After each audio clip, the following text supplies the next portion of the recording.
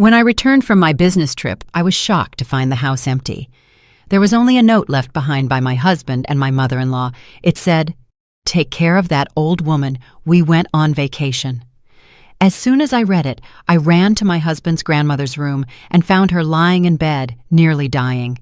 Just as I was trying to rush her to the hospital, she opened her eyes and said, "Help me get my revenge. They have no idea who I really am."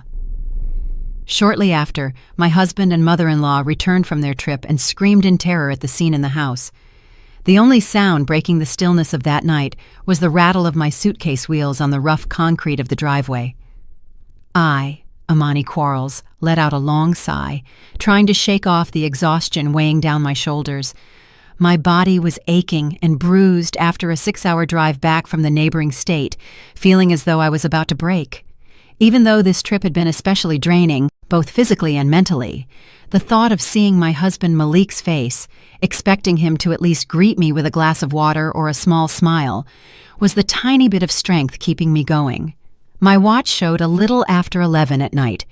The house, which was supposed to always have the porch light on, was submerged in total darkness, looking like an abandoned farmhouse. I fumbled in my pocket for the emergency key I always carried. It felt strange.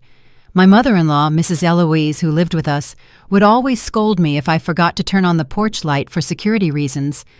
But that night, an impenetrable shadow wrapped around the humble house. The click of the key turning in the lock echoed with a sharp metallic sound.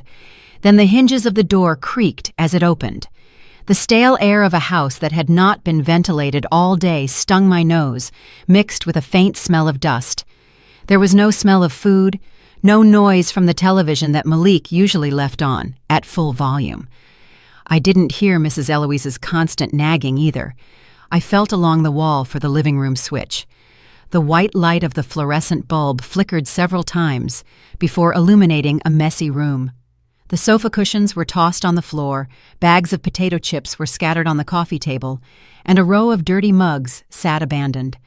I shook my head in silence. I was used to this scene. Since I was the one balancing a job with running the household, I often had to clean up the mess my husband and mother-in-law left behind. But the quiet of this night was different. I called out to my husband, my voice slightly hoarse. No answer. I called for Mrs. Eloise. Only silence. I walked toward the kitchen with heavy steps, hoping to find them eating dinner or at least see some sign of life. The table was completely empty. There wasn't even a lid over a plate of food. There was only a sheet of white paper held down by a salt shaker so it wouldn't blow away. My heart began to beat violently. I approached and picked up the paper. Malik's messy handwriting was unmistakable. Beside it, in a stiffer, more formal script, was Mrs. Eloise's writing. As I read phrase by phrase, I felt my blood turn to ice. The message was brief but cutting. It was as if a dagger had been driven into my heart. They wrote that they needed a vacation to clear their heads. They had gone on a trip together and did not want to be disturbed, ordering me to take good care of the old woman in the back room. My legs grew weak and I crumpled the paper in my fist. The tears I had been holding back threatened to overflow, but there was no time to cry. My mind went immediately to the only person mentioned in the letter, Grandma Hattie, Malik's grandmother. She had been paralyzed by a stroke and had been suffering from dementia for the last 3 years. If Malik and Mrs. Eloise had been gone since the morning, it meant Grandma Hattie had been alone in the house all day without food or water. My exhaustion instantly turned into panic.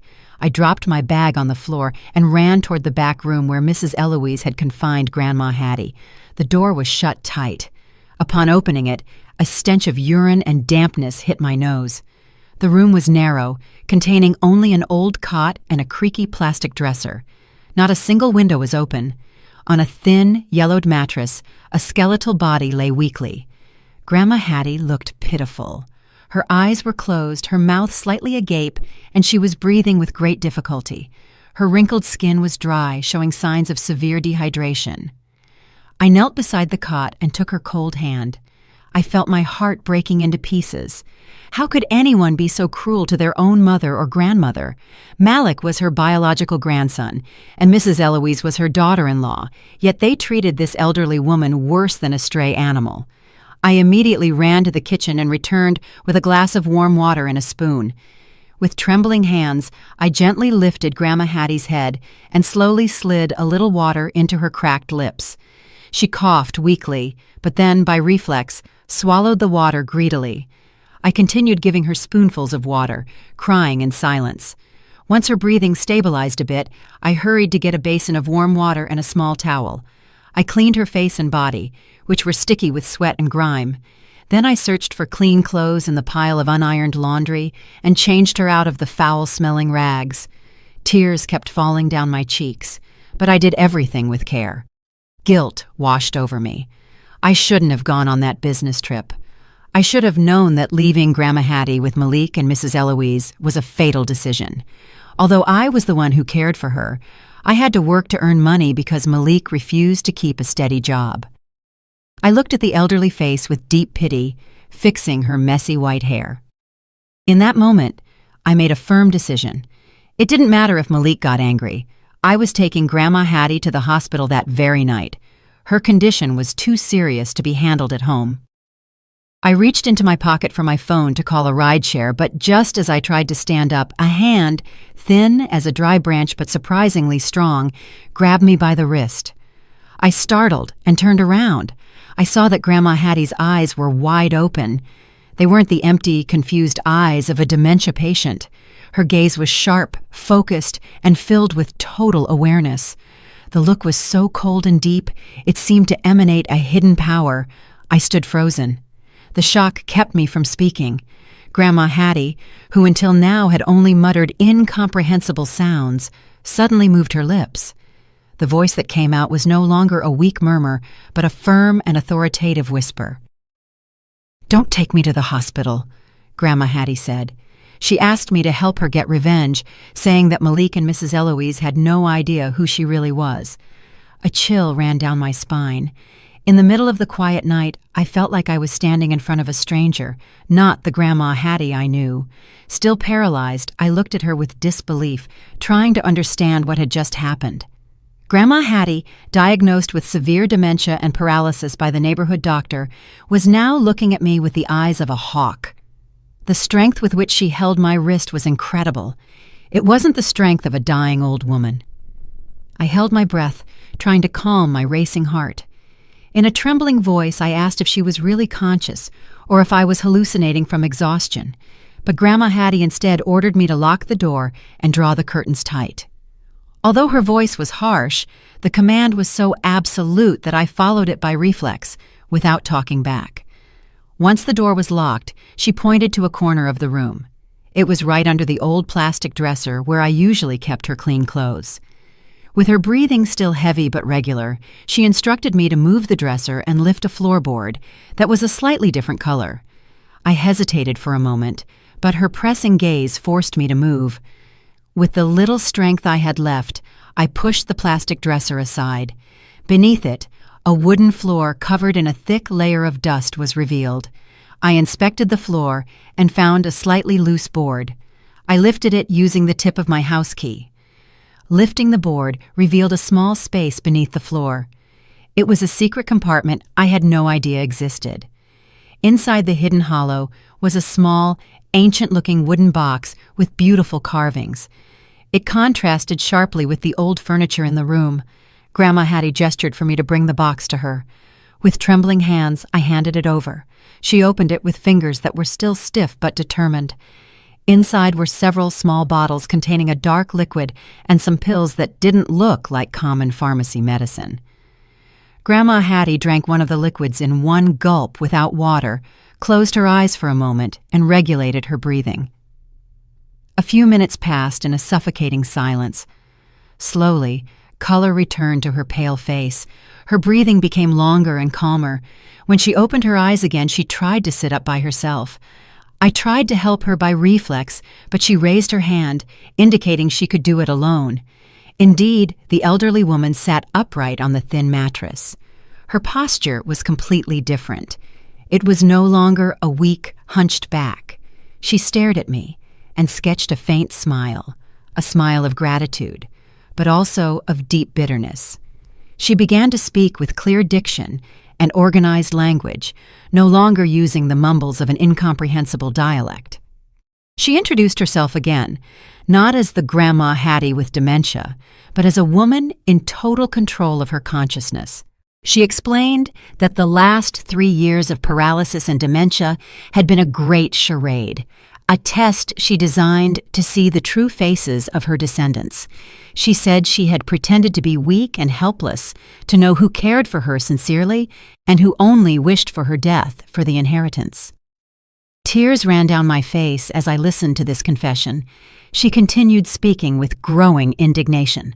She revealed that Malik and Mrs. Eloise intentionally gave her very little food and often gave her rotten food when I wasn't home.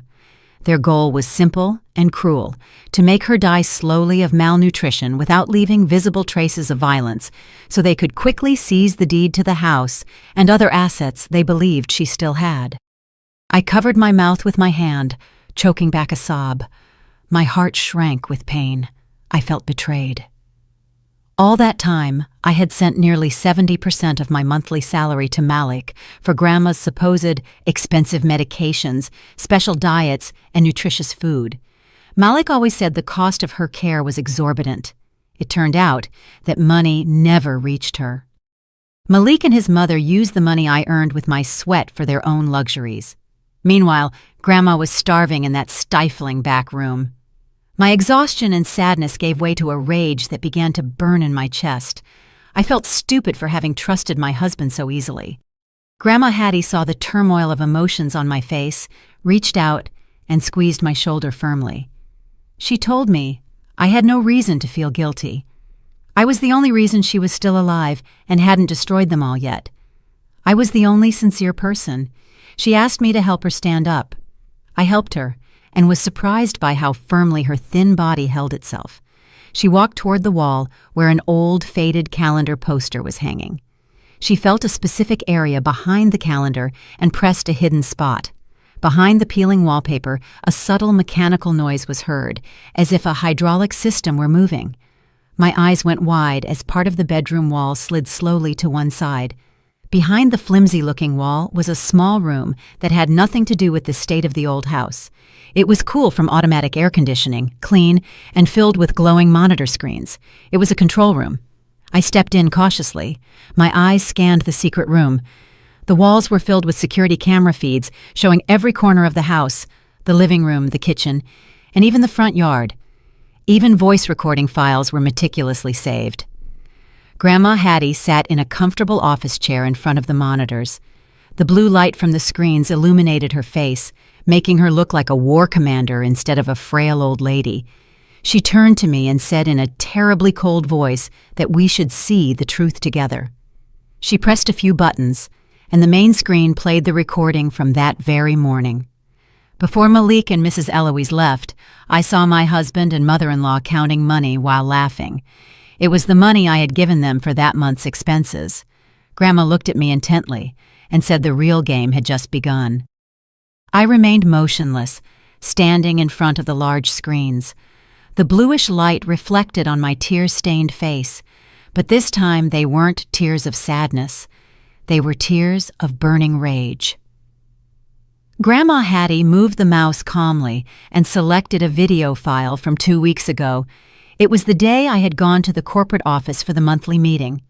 The screen showed the living room I cleaned daily. In the recording, Mrs. Eloise was sitting comfortably, eating chips and watching TV. In contrast, Grandma Hattie was sitting in a wheelchair in the corner of the room, staring out the window. Suddenly, Mrs. Eloise got up with a look of annoyance. She walked over to Grandma Hattie and, without warning, kicked the wheels of the wheelchair hard, causing Grandma to shake violently. Mrs. Eloise's mouth was moving fast, spitting out horrible curses that were perfectly captured by the hidden, high-sensitivity microphone. She cursed Grandma, calling her a useless burden who only wasted money. It even showed her spitting on Grandma's plate and forcing her to eat it. I covered my mouth, trying not to scream in horror at the cruelty of my mother-in-law, who always acted so kind in front of the neighbors. I felt a tightness in my chest, as if the oxygen in the room had run out. I never imagined that the woman I respected as my own mother was capable of doing something so horrific to a helpless elder. Grandma Hattie said nothing. She pressed another button, and the video changed. This time, it was a recording from 3 days ago, just when I had left for my business trip. The video showed Malik entering the house, but he wasn't alone. Following him was a young woman elegantly dressed and heavily made up. I vaguely recognized her. It was Tanisha, a childhood friend Malik had introduced to me as a distant cousin. They were sitting very affectionately on the sofa, in a way that was far too intimate for cousins. Malik was smiling widely with his arm around Tanisha's shoulder, a laugh I almost never heard when he was with me. Their conversation was heard clearly, and it tore my heart apart. Tanisha asked Malik when he was going to divorce his country bumpkin wife. Malik lit a cigarette and replied calmly. He said he just had to hold out a little longer. He explained his plan clearly. He still needed me as a money-making machine. Malik called me a stupid, submissive cow. He said that as soon as the old woman, Grandma Hattie, died and the house inheritance was in his hands, he would immediately throw me out and marry Tanisha. The two laughed out loud, imagining the luxury life they would have built on my suffering and Grandma's death. Tanisha even asked if the medicine Malik was putting in Grandma's drink was working. Malik replied that the dose, slow but steady, would take her to the other world by the end of the week. My world collapsed in an instant. My legs could no longer support my body, and I slumped onto the cold carpet. All my sacrifices during 5 years of marriage seemed to have vanished. I had worked day and night, doing overtime until I got sick. I had avoided buying myself new clothes so I could buy Malik designer shoes. Every effort to keep that house running had been to be treated like a cow. My love had been betrayed in the cruelest way. Malik wasn't just a lazy husband. He was a monster who was murdering his own grandmother and planning his wife's ruin. The pain in my heart slowly transformed into a cold, hard block of ice. My sobs ceased. I brushed the tears from my cheeks. Grandma Hattie turned her office chair to face me. She didn't offer sweet words of comfort, for she knew I didn't need pity. She asked me in a firm voice, "Have you seen enough evidence?" She asked if I was ready to stop being a victim and become an actress in this play. I lifted my head. My bloodshot eyes now shone with a new resolution.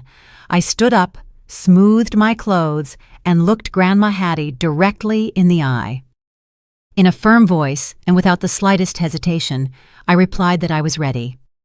I wasn't going to let them get away with it so easily. I was willing to do whatever she asked to make them pay for their evil deeds. Grandma smiled with satisfaction and reached out. I shook her wrinkled hand firmly. A silent agreement had been forged between the two most wounded women in that house. Suddenly, the doorbell connected to the secret room's intercom rang. Grandma looked at the wall clock. It was a little after midnight. She said the guest of honor had arrived. She pressed a button to open the front door remotely and asked me to receive the visitor and bring him there. I left Grandma's room and crossed the dark, silent living room toward the entrance. An elegant, shiny black sedan was parked in the narrow driveway. The sound of the engine was soft, almost inaudible. A middle-aged man, impeccably dressed in a suit, stepped out of the car. He carried an expensive-looking leather briefcase. Behind him, 2 burly men dressed in black got out and stood firmly on either side. I opened the door wide. The man in the suit bowed respectfully and asked politely, "Is Chairwoman Harriet Sterling Pendleton inside?" I felt momentarily confused by the name Harriet Sterling Pendleton, but quickly realized that was Grandma Hattie's true name. I led them inside. The man in the suit walked confidently toward the back room, as if he knew the layout of the house by heart. When he entered the secret room and saw Grandma Hattie sitting upright in the chair, he immediately bowed low. It was a display of extreme deference. He introduced himself as Mr. Sterling Vance, Grandma's personal attorney and the head of the legal team for the massive conglomerate she owned. I was stunned. Grandma wasn't just a wealthy person. She was the head of a powerful empire. That night, in the small room behind the wall, a colossal plan began to take shape. Documents were exchanged, strategies were discussed, and the fates of Malik and Mrs. Eloise were being rewritten by the hands they considered weak. At a luxury villa located on the side of a cool mountain, the sun shone brightly. Malik was reclining on a sunbed by the private pool, enjoying a cold orange juice. He was wearing the latest fashion sunglasses he had just bought the day before with my secondary credit card. Beside him, Mrs. Eloise was busy uploading photos of the landscape and the gourmet food laid out on the table to her social media to brag to her friends at the social club about how well she lived. Tanisha, who also accompanied them on the vacation, was laughing merrily while swimming. In fact, all those expenses had been paid with my sweat and tears. Their mood was at its peak. They felt like kings and queens. Malik checked his phone every now and then, not to ask about his wife or grandmother, but to check the balance of the bank account he had secretly diverted. He thought he had won. In his mind, the old lady hadn't eaten or drunk in 2 days, so she would already be dying or dead, and his stupid wife, Amani, would be in a panic, dealing with the body alone. Malik smiled cunningly. He imagined how easy it would be to sell the house he would inherit. He had already contacted a real estate agent he knew, promising him a large commission. What he didn't know was that the title deed he had was actually a forgery that Grandma had swapped years ago. Meanwhile, hundreds of miles away from that villa, Malik's house was full of activity, but not laughter. Since dawn, a large truck had been parked in front of the house. It wasn't Malik's moving truck, but a truck to haul away his and Mrs. Eloise's junk. I worked quickly and efficiently, assisted by the team Mr. Sterling Vance had brought. We threw in Mrs. Eloise's tacky clothes, Malik's collection of smelly shoes, and all the cheap furniture they had bought into large black plastic bags. Those belongings wouldn't be stored. They would be donated or discarded, according to Grandma's instructions. I felt a strange sensation seeing the house I lived in slowly empty out, but the relief I felt was much greater. Every time I put one of Malik's things into a plastic bag, I felt a great weight lifting off me. Mr. Sterling Vance oversaw the process meticulously. He had also brought a team of interior designers who would completely transform the house in a short period of time. Grandma Hattie, who had just finished bathing and was dressed in dignified loungewear, sat in a wheelchair, not out of paralysis, but to conserve energy. She gave instructions, wanting the house to return to how it was in her years of youth and power, and to be cleansed of every trace of her